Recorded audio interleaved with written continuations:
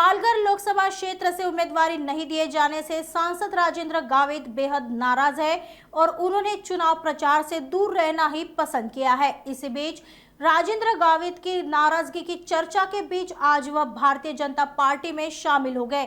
इस मौके पर राज्य के मुख्यमंत्री देवेंद्र फडणवीस ने कहा, राजेंद्र गावित की दोबारा पार्टी में एंट्री हो गई है। 2024 में पालघर निर्वाचन क्षेत्र की सीट शिवसेना को मिल गई। राजेंद्र गावित से चर्चा हुई और पार्टी ने तय किया कि राजेंद्र गावित महाराष्ट्र में ज्यादा उपयोगी है। चूंकि उनके पास मंत्री पद का अनुभव है, इसलिए वे महाराष्ट्र को अधिक लाभ पहुंचा सकते हैं। भले ही उन्होंने सांसद के तौर पर अच्छा काम किया है, लेकिन महाराष्ट्र में उनकी गुंजाइश ज्यादा है।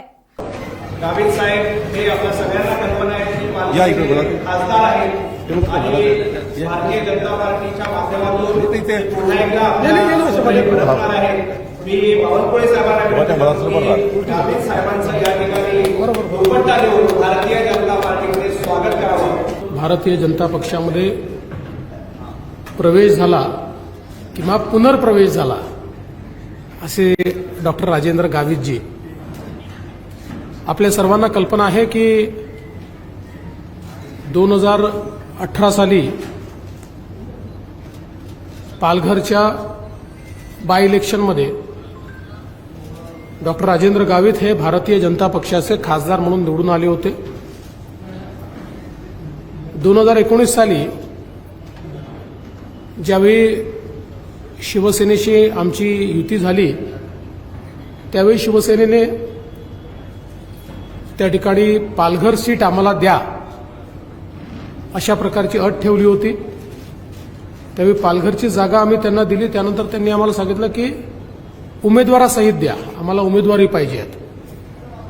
तर आम्ही डॉक्टर राजेंद्र गावितांना त्यावेळी विनंती केली की तुम्ही शिवसेनेच्या जागेवर उभे राहा, आणि त्यांनी ती विनंती मान्य केली आणि शिवसेनेकडनं ते खासदार म्हणून निवडून आले। आता 2024 ला म्हणजे मध्यंतरीच्या काळात जी काही शिवसेनेतली स्थित्यंतर झाली, त्यामध्ये सन्माननीय एकनाथरावजी शिंदे साहेब यांच्यासोबत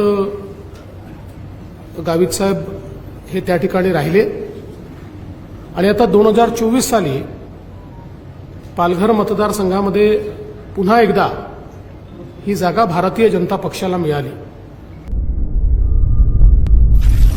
नागपुर समय, गली से दिल्ली तक।